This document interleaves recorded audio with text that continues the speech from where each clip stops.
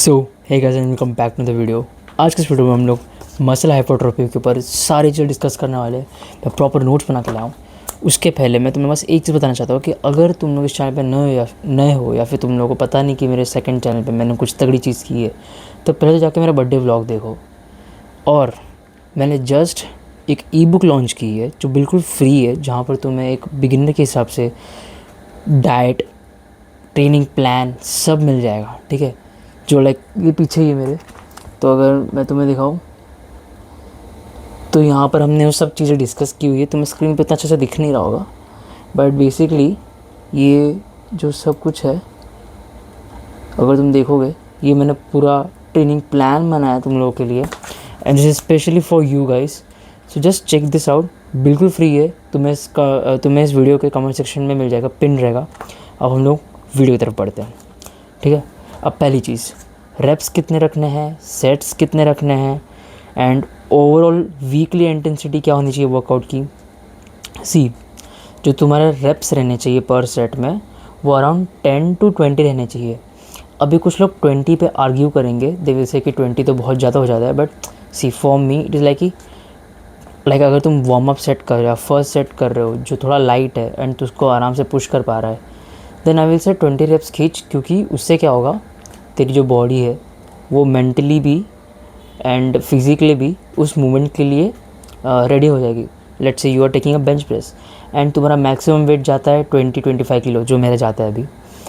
And वहीं पे अगर मैं 7.5 ले लिया, 10 kg का डंबल लिया एंड उससे मैं फर्स्ट वार्म अप सेट या फिर फर्स्ट सेट लगा रहा हूँ, तो उससे हुआ गया कि मेरे माइंड को भी एक सिग्नल मिल जाएगा कि हाँ, मुझे अभी ये मूवमेंट फॉलो करना है। मेरी जो वहाँ के मसल्स है, जो मेरी चेस्ट मसल्स है, जो मेरे आर्म्स का ये मूवमेंट रहेगा, वो भी मेरे बॉडी में फिक्स रहेगा।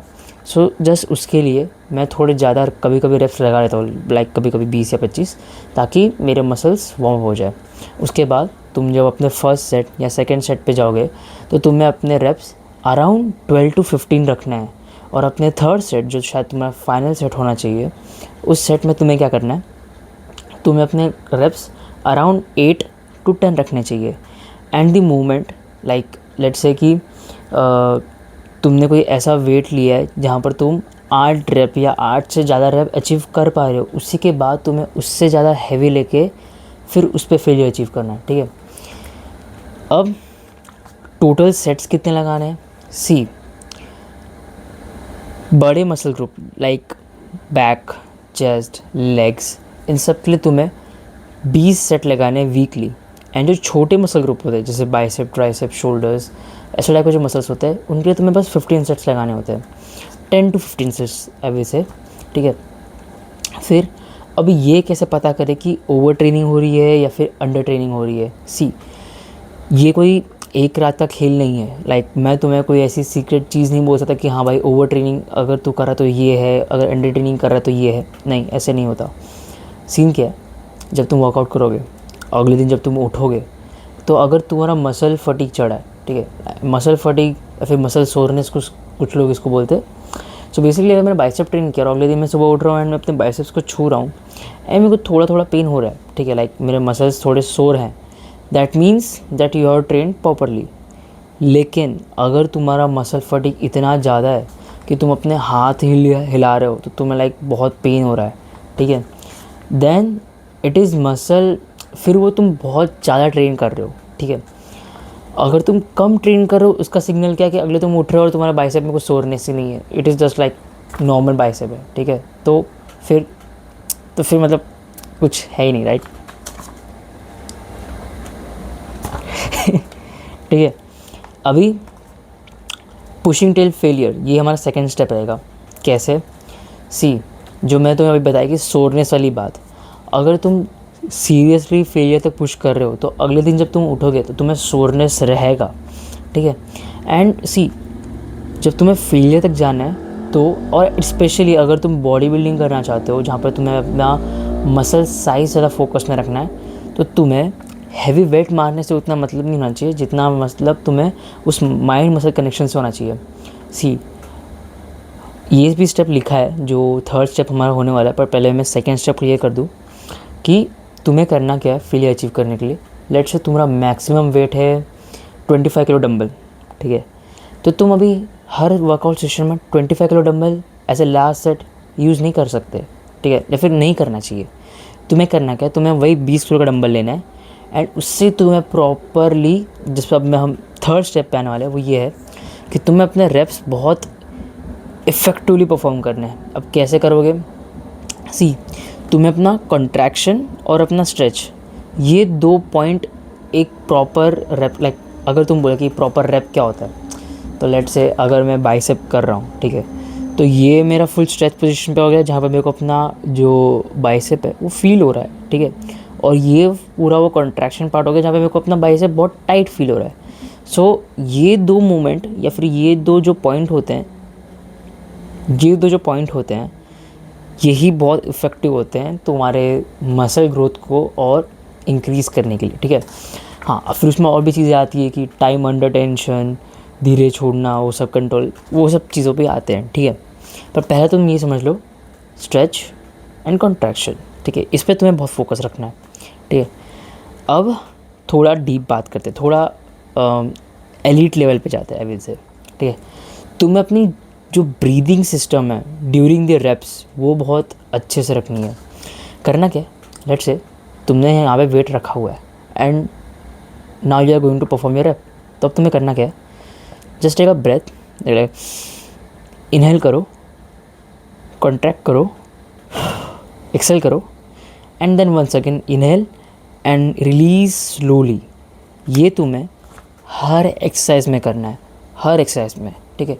Doesn't matter upper body lower body, doesn't matter कि कौन सा एक्सरसाइज है, ये चीज़ रहनी चाहिए कि तुम जब स्ट्रेच कर रहे हो तो भी एक्सेल करो और जब प्रॉपर कॉन्ट्रैक्ट कर रहे हो तो भी एक्सेल करना है, ठीक है। फिर मान में जो तुम्हारा पॉज रहेगा, ठीक है, अब तुमने लाइक स्ट्रेच किया, इनहेल लिया, एक्सेल किया, फिर बाद में तुमने 1 से 3 सेकंड का पॉज लिया, फिर वापस इनहेल करके धीरे धीरे छोड़ा, ठीक है। तो ये तुम्हारा प्रॉपर वो रैप जिस कैसे परफॉर्म कर रहे हैं वो हो गया, ठीक है। उसके बाद में जो 4th स्टेप हमारा रहने वाला है वो ये है कि तुम्हें अपने हर सेट के बीच में 3 से 5 मिनट का ब्रेक लेना चाहिए। अब बहुत लोग बोलते हैं कि भाई 2 मिनट काफ़ी होता है या फिर बहुत लंबा ब्रेक लेना चाहिए, लाइक 5-10 मिनट का। अभी सर नहीं भाई, अगर तुम पावर लिफ्टर नहीं हो तो तुम्हें ज़्यादा लंबे ब्रेक की ज़रूरत नहीं है, ठीक है। अगर तुम नॉर्मल एक बॉडी बिल्डर हो, ठीक है, जैसे मसल हाइपरट्रॉफी अचीव करनी है तो उसे तो तुम्हें लाइक 10 मिनट 20 मिनट आधा घंटे का ब्रेक लेने की कोई ज़रूरत नहीं है। नॉर्मल 3 से 5 मिनट में काम हो जाता है, ठीक है। अब यहाँ पर तुम्हें कुछ चीज़ें माइंड में क्या रखनी है कि तुम्हारी ब्रीदिंग रेट, ठीक है, तुम्हारा माइंड और तुम्हारा वो पर्टिकुलर मसल जो तुम ट्रेन कर रहे हो वो रिलैक्स हो जाने चाहिए, ठीक है। ये नहीं कि तुम अभी भी हाफ रहे हो और फिर तुम दूसरे सेट पे जा रहे हो, या फिर तुम्हारा जो मसल अभी भी थोड़ा थका हुआ है फिर भी तुम दूसरे सेट पे जा रहे हो, ये नहीं करना है, ठीक है। प्रॉपर पूरी बॉडी को मेंटली और फिजिकली रिलैक्स करना, तो उसके बाद ही सेकंड सेट पे जाओ।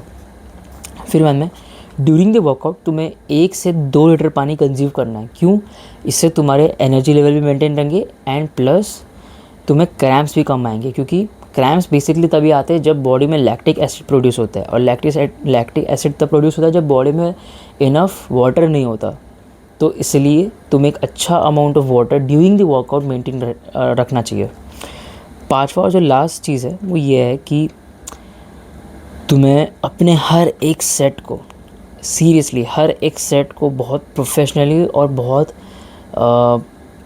कॉन्शियसनेस के साथ परफॉर्म करना चाहिए। मैं ऐसा क्यों बोल रहा हूँ क्योंकि बहुत तुम्हें ऑल ओवर द ईयर बहुत कम मौके मिलेंगे अपने सेट्स को परफॉर्म करने के लिए। लाइक अगर थोड़ा लाइक मैं लिटरली यहाँ पे फुल कैलकुलेशंस करके बैठा हूँ मैं इधर।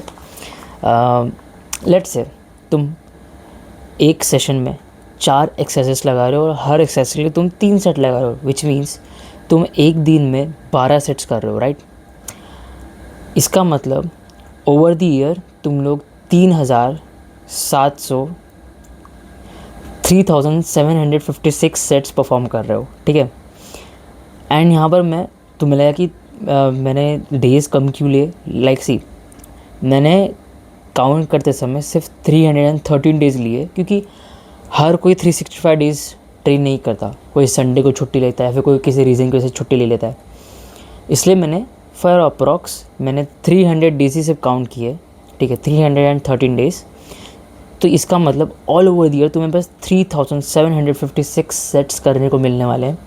एंड अगर उसको हम लोग 5 मसल ग्रुप के हिसाब से डिवाइड कर दे, then you are performing only 750 sets approx yearly. तो तुम्हें लगे कि हाँ भाई इतनी बड़ी चीज़ क्या, इतने सारे सेट्स तो है आराम से। नहीं नहीं नहीं, अगर तुम्हें एक अच्छी बॉडी बनानी है then all these 750 sets should be counted as professionally as you can, ठीक है। अभी देखो, मसल हाइपरट्रॉफी एक ऐसी चीज़ है जहाँ पर तुम्हारा फॉर्म बहुत मैटर करता है, क्योंकि तुम्हारे फॉर्म में जस्ट थोड़े बहुत चेंजेस अगर लाइक सी बहुत से लोग जो बाइसेप कर्ल करते हैं बस वो ऐसे ही करते, राइट। पर अगर तुम यहाँ पर थोड़ी सी अपनी ग्रिप को थोड़ा सा बस ये कर दोगे तो तुम्हारा बाइसेप है ना, वो अपने अंडर टेंशन, जो तुम्हारे जो बाइसेप की पीक होती है वो ट्रेन हो जाती है, ठीक है। तो ये सब जो छोटी छोटी चीज़ें हैं इनका ज्ञान करो, ठीक है। मैं इस पर भी वीडियोज़ बनाऊँगा, फॉर्म पर भी वीडियोज़ बनाऊँगा, बट ये सब चीज़ें मैटर करती है। एंड लास्ट चीज़ जो मैं बोलना चाहता हूँ वो ये है कि देखो भाई, मसल हाइपरट्रॉफी एक ऐसा जर्नी है, एक ऐसा प्रोसेस है जो बहुत टाइम लेता है, ठीक है। लाइक जो भी लोग बोलते हैं ना कि भाई मैंने 1 साल में बॉडी बना ली, मैंने 2 साल में बॉडी बना ली, मैंने 2 साल में या फिर 1 साल में इतना सारा मसल गेन कर लिया।